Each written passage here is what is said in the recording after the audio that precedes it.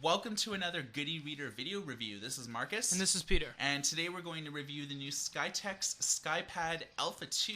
This is the second generation Skypad Alpha. Let's give you some specs and tell you the differences between the original and the new one. So they both run the same version of Android, 2.3. They both have the same resolution, 800 by 480 and 512 MB RAM.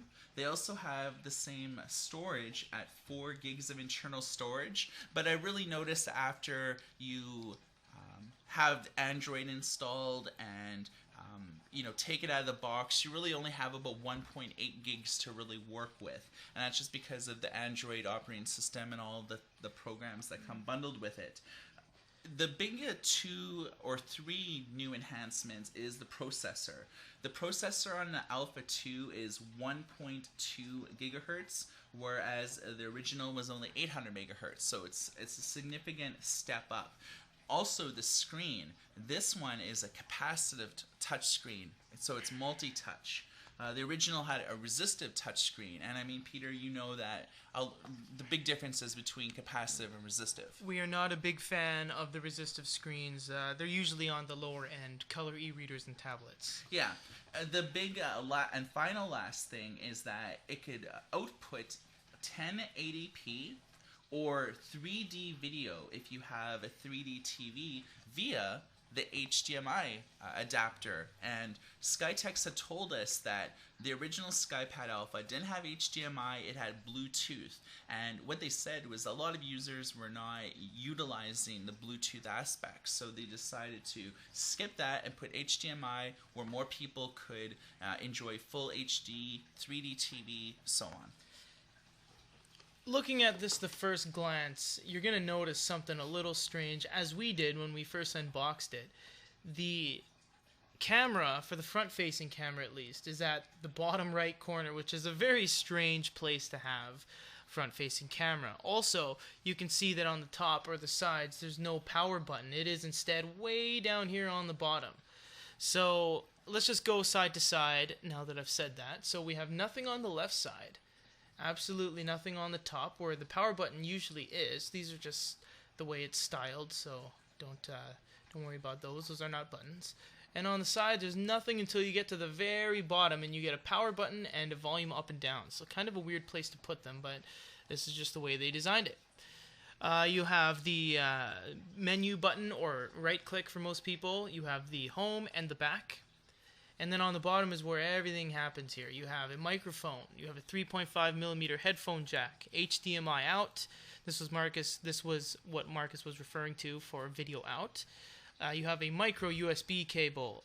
You have a DC charger in, micro SD, and for some reason, one speaker.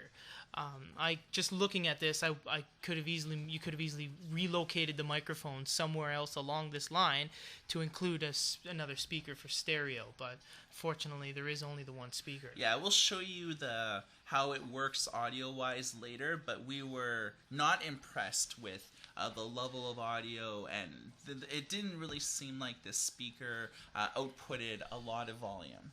And so that was rather disappointing. Let's just get right into the thick of things here. You can see that we have a lot of applications here on the home screen, and this is all from the One Mobile Market. I had never heard of the One Mobile Market, and I am pretty savvy in terms of different markets. Most lower end tablets to mid-range come with GetJar if they have a market at all. So I was kind of, what does this market actually have? It has everything. It has everything from Facebook for Android to eBooks, Skype, Adobe Flash, so you can get your full internet experience, Gmail, Google Maps, ES File Explorer, pretty well most essential apps that you would need. Everything from Category Task Killer. You can see here. Firefox. That's a good addition. And I mean, Firefox just really started making Android versions. It's rather large. It's about 25 megs. But you have Google Plus, so you can just see that there's a lot of stuff here.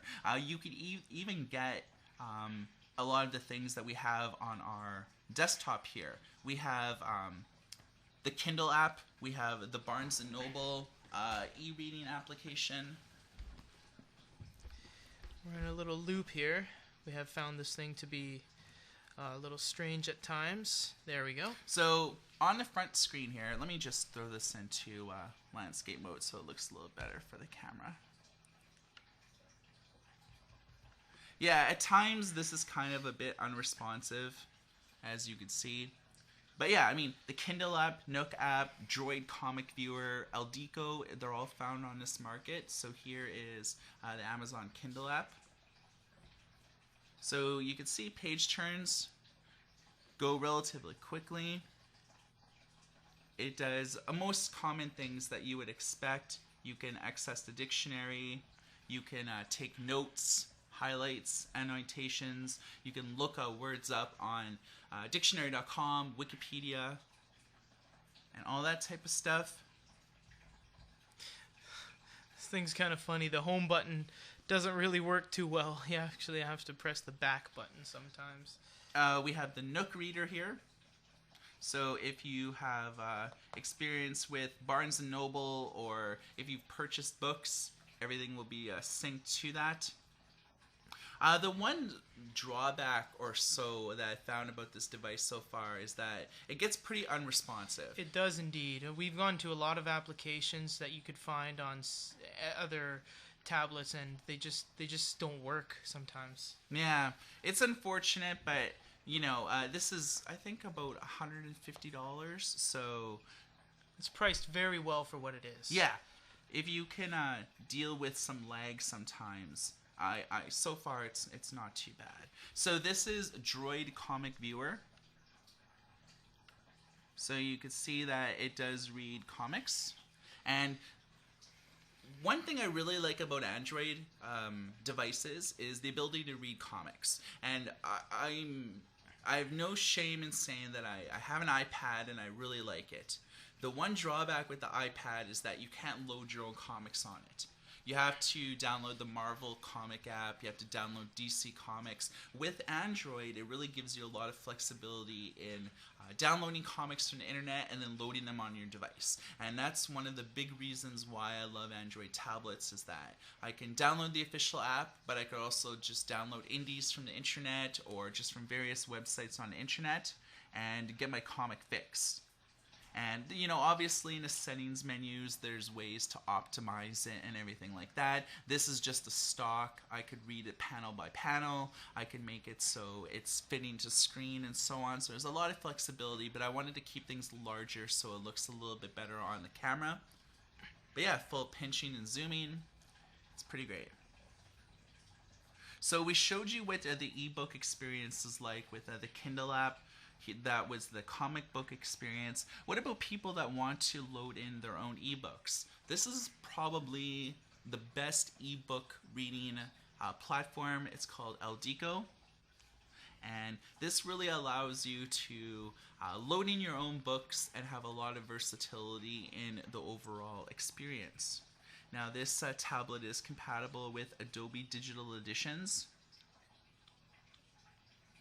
So we have here, this is the main menu. I'm just going to hit SD card, although I don't have an SD card on here. But I do have an ebook here, Explosive 18.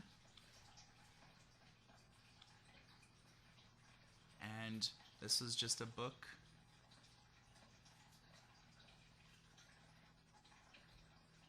Get past the contents and all that. Yeah. There you go. So yeah, this is the meat and potatoes. Looks Obviously, really it does have, like most Android devices, ways that you could craft your experience a little bit better. So you could change the sizes of the fonts and change everything else using the settings menus. But yeah, you could do the same thing like you Pretty could much with the most. usual, Yeah. You know, highlights, notes, things like that. So, I mean, this tablet is fairly good as an e-reading device. You saw the page turns are really quick. Comics look amazing. And the fact that with the default market, you could download all these applications. With most Android devices, I end up having to, and with the rest of the Good eReader staff, having to make individual posts on our blog at goodereader.com/blog with essential downloads. And these are applications that the device does not come with, but you'll need, such as comic book reading apps, ebook reading applications, and so on. I found that this market had everything that you needed. I'm won over by the content distribution system, really, that is on this device. It has everything that you need out of the box to have a good experience. You can see I have countless apps here. The last thing I want to show you is how video looks, how pictures look, and how audio plays, and then we'll wrap it up. So one of the things that we want to do here is click on the music, and this is a default thing that came with it. So this is Wounded Rhymes by Licky Lee, a perennial favorite here in the Good eReader offices. Now, I will say the sound is not amazing in any way. There's one speaker at the bottom. You're just not getting the best sound you could get out of it, at least with the external speakers. Although they do give you a set of headphones included, so once you put those on, you get full stereo. You're good to go. But at least with the external speaker, they're not the greatest we've heard. Yeah, totally. And that's pretty evident with like video and stuff like that, which we'll show you next. But I do like the music player. I mean, cover art, it gives you a chance to do playlists and things like that. Exactly.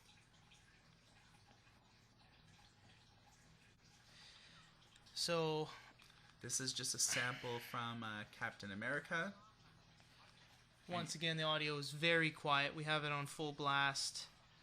On any computer, any other tablet, you would hear this pretty much no problem, but just because the exterior audio is just very limited. Yeah, so I like the fact that this is a 720p video, and it actually does look pretty good. And we're going to change it and hook it up to HDMI later and get the full 720p. So in the end, what do you think about the Skypad Alpha 2? It's a good tablet for what the cost is, but there's a couple of problems I have with it. Honestly, like the audio is pretty limited. The speaker it just doesn't perform. They really should. There's no real point for them to have it. I mean, with the way tablets are moving now, I would have just put 2 or none. The resolution's kind of strange. It is very low for a tablet. I mean, I think the Amazon Kindle is at least 800 by 600. So, and that's just an e-reader. So, for a full color tablet to have an 800 by, I think it was 800 by 480. 480. It just kind of seems strange to me, and I guess they make up for that with the HDMI output, as well as the memory. The memory problem's a little strange. How the user memory isn't as large as the actual memory that's on it. You can't really utilize the full thing, but once again, they make up for that by having a micro SD. But all in all, I don't have too much of a problem with it. It feels nice. Build quality seems pretty good. It kind of looks like a Kobo Vox, except everything's kind of situated weird on the bottom. It's okay. I guess I would just rate it okay to me. Yeah, I mean, Android 2.3 with a honeycomb and stuff out right now. And with ice cream sandwich, it feels kind of outdated, right out of the box. And I don't mind it. The build quality is good. I like the fact that the app market allows a lot of apps. The hardware itself is not really that great, but I feel like it would be a good developer tool, or if you want to buy a lower end device that is good for reading. I do like the fact that you could get from the market every major e-reading application. I do like the market. I would like to see more of these other non-mainstream tablets to have a market like that. Totally. So we'll let you judge for yourself everything that you saw today, how you feel about it.